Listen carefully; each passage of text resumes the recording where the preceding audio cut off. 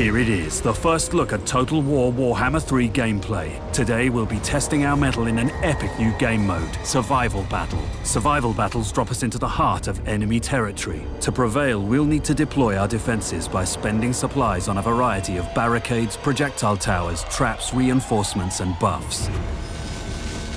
In this particular survival battle, we're taking the fight to Khorne, seizing 3 victory points as we progress through the ruined fort with the Brass Citadel and its gatekeeper as our goal. But our invasion into Khorne's domain will be hard fought. We'll be repelling 3 waves of lesser demons before going toe-to-toe with an exalted bloodthirster.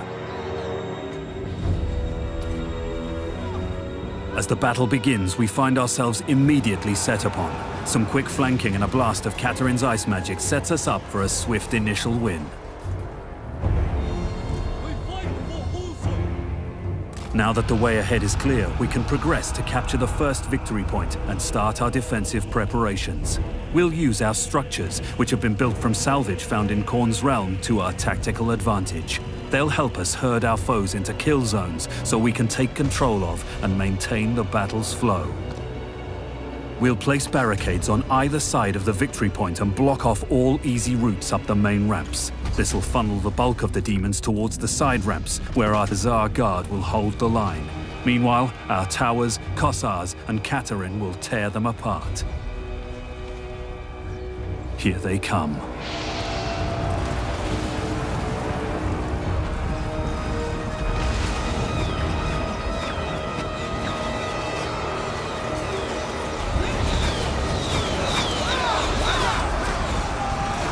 Catarine uses her Law of Ice to quickly slide between engagements. To help ease the load on our Tsar Guard, we'll use her devastating Frost Fang ability and Heart of Winter spell.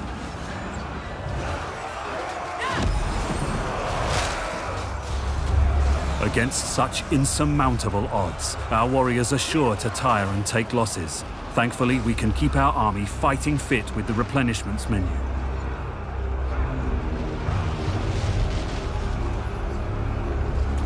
Likewise, we can dramatically improve a unit's performance with the upgrades menu, where we'll buff weapons, armor, and other essential items. But that won't be enough to take us to the Brass Citadel. We'll need to call fresh troops into the slaughter with the recruitment menu.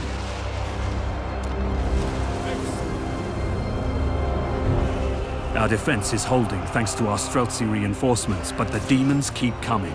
Our goal lies beyond the first victory point, and we need to press onwards. With the bulk of the enemy in one convenient narrow corridor, a decisive charge from our winged lancers should put a swift end to their assault.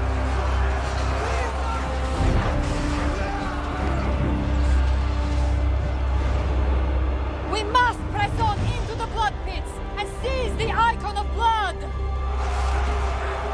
We've survived the first wave and can press our invasion deeper into enemy territory.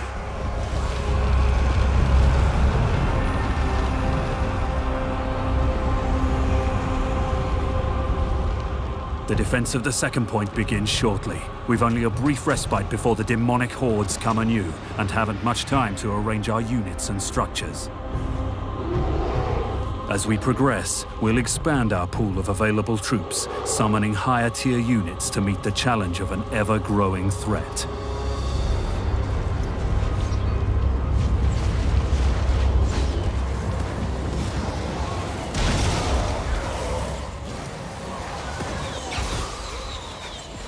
With healing and buffing abilities, and a bear mount to briskly carry him between units in need, the Patriarch is a strong addition to our forces.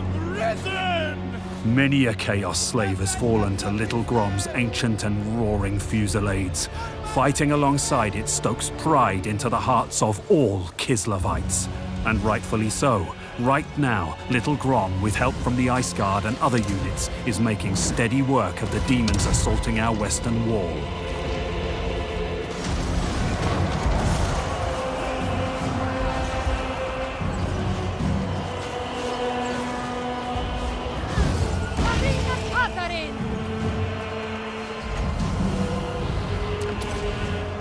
But where our western defense is prevailing, our eastern flanks are in danger of being overrun. A second artillery unit should help even the odds.